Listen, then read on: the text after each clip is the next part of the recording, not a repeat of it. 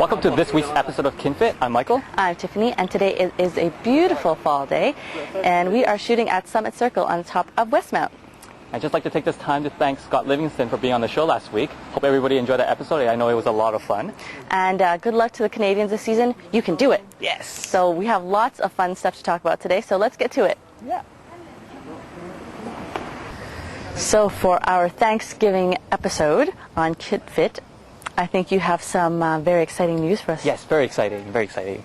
Well, you know how a lot of people tend to say, I can't leave the office and do some exercise? Yes. Especially after I gave that fit tip on office exercises? Yes. Well, now, no excuses, because there's a bike for the office. It's called the geek-a-cycle, and basically it's a bike attached to a desk, and you type, you do your work, and you bike at the same time. Look at that. Very nice, very nice. And I believe it's a recumbent bike, so there is a backrest and a very comfortable seat. So you can't complain now. It's not comfortable. And no more excuses saying no time to leave the office. Do it at the same time. Exactly. Now, how much is this contraption? It's actually $350 US. It could be a little cheaper, but because it's specially made, I can understand. It comes with a desk and a bike, so you can't just say, I bought the bike and it doesn't fit underneath my desk. So look at that. So maybe if more and more people get it, it might go down in price a little bit. Exactly. It's made by Slim Geek. We'll have the site for you on our website. So be a pioneer in your office and do the geek-a-cycle. Yeah. Very fun, very fun. Exactly. Oh, good. And some other exciting news. Ooh, okay. Remember the Adidas Polar thing I may have talked about a couple episodes ago? Yes, yes. It's been officially announced that it is coming out in October, this month. Very fun. Finally, it's coming out. Yeah. Good. No specific date. Okay. Only that they gave us a price. How much is it? Guess. Enlighten me. $680 US. Yeah, it's pretty expensive, but when you think about it, it comes with the shoe, transmitter, both transmitters, and the watch and the shirt. Well, actually, where I read it, it said it might not come with the shirt, which is kind of weird, but hopefully it does, because for $680, I better have the whole package. Eek. Yeah. So if you have to invest, I guess it would be nice, but if not, I guess we shall save, and do the little manual test ourselves. But good to know at least the price, and it's actually coming out, so maybe later on it will be cheaper. Yeah, be a little bit less. Good. And hopefully some of you won that contest. Yes. Oh, that'll be nice, hey? Yeah. A little bit of news on the trans fat front. New York City is planning, or I think hoping, to ban trans fat completely. Now, this will be a big step in the right direction, but hopefully it doesn't overshadow the fact that you do have to emphasize the general good, healthy living. So living a healthy lifestyle, not just banning trans fat, but it's a good thing.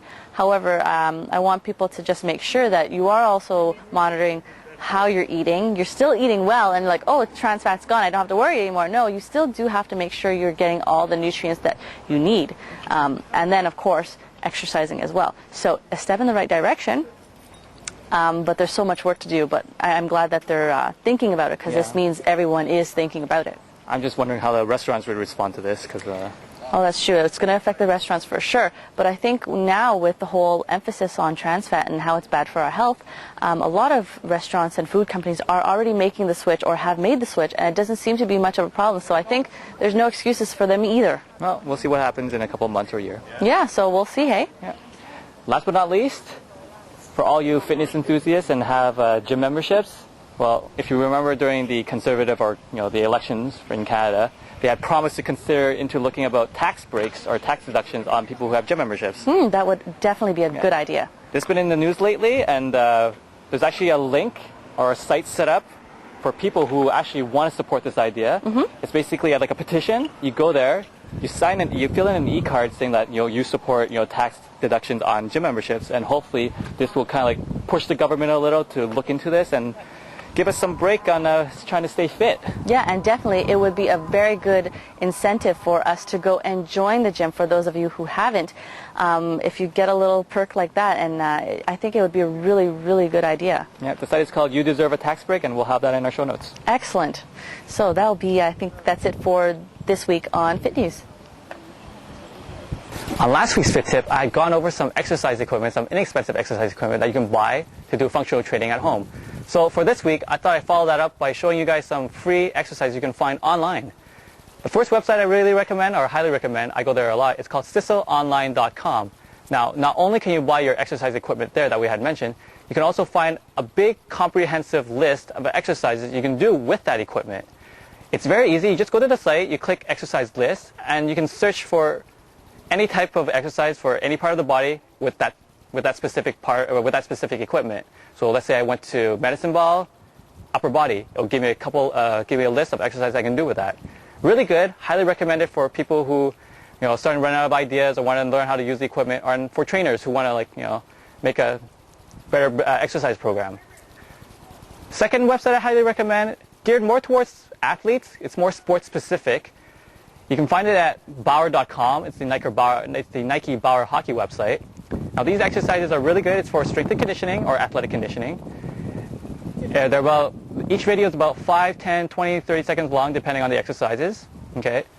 It's taught by professional strength and conditioning specialists that work in the NHL and with professional athletes.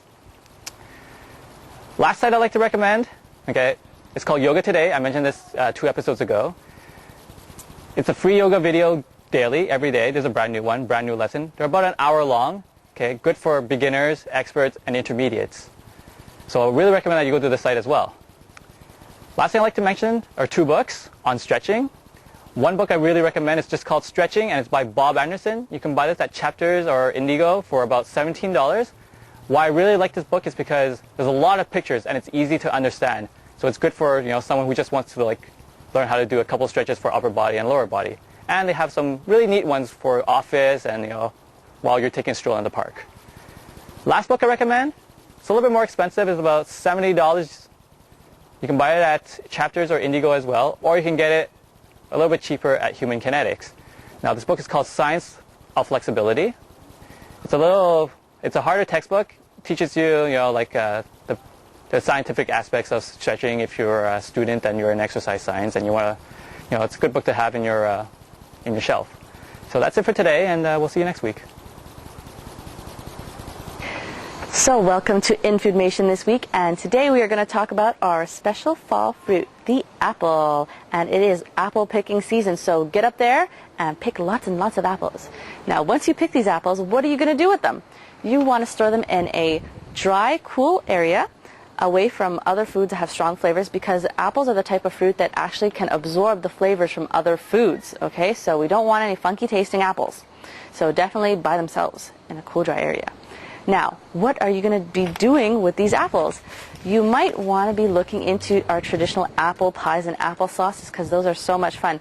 Now, which are good for pies and which are good for sauces? There is definitely a difference, and you want to be picking more along the lines of Granny Smith's and Golden Delicious for your pies, because these apples actually hold their shape very well in pies, and they don't give too much water, so then your pies don't come out all small and deflated and sad looking. You have this nice firm apple pies. Okay, so apple pies, Golden Delicious, and Granny Smith.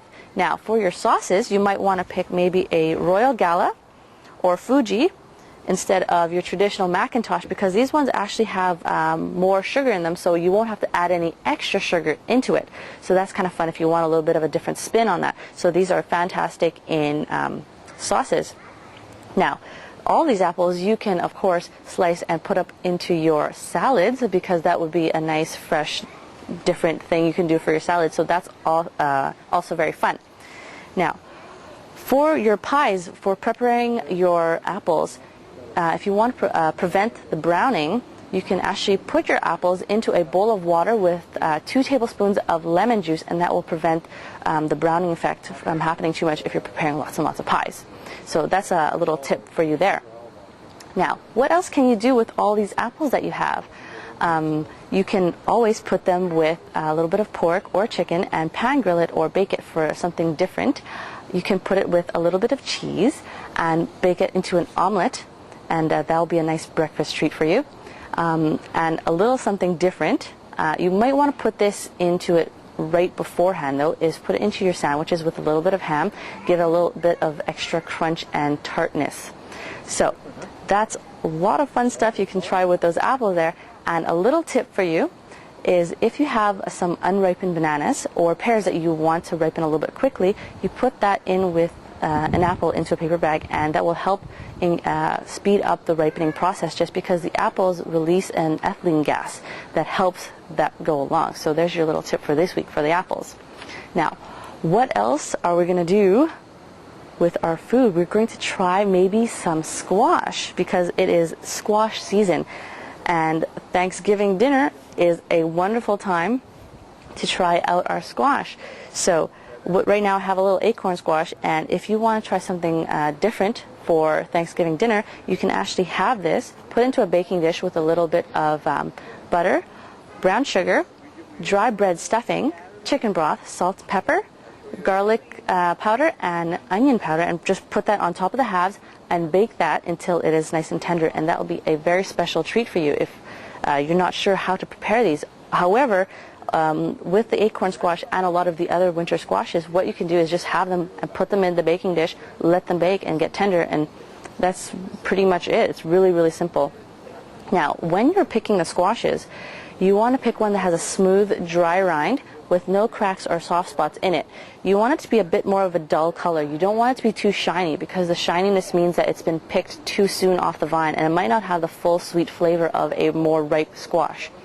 You want to pick one that has a deeper color, has maybe it might have some splashes of orange on it, but it shouldn't be more than half covered in orange.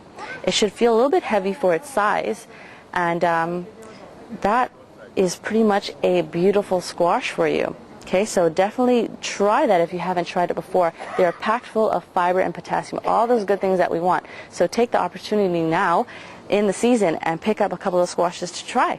So we'll see you next time on In Foodmation. So this wraps up another episode of KinFit. Before we sign off, I'd just like to mention that on October 22nd, it is the second annual David L. Montgomery 10-kilometer walk, jog, or run. Now, David Montgomery was a professor of mine at McGill. He was a specialist in exercise physiology, tested the Montreal Canadiens, and passed away 2 years ago from a heart attack. So please sign up using the link on our show notes and walk, run, or jog for a good cause. And everything else that we talked about today will be up on our show notes, so please check back. And if you have any ideas, questions, or suggestions you want to give us, just email them to us at info@kinfit.tv. Big thank you goes today to Darcy, our production assistant / camera lady. So remember, don't quit. Stay fit. KinFit, wrap up, hopefully final take. Okay there.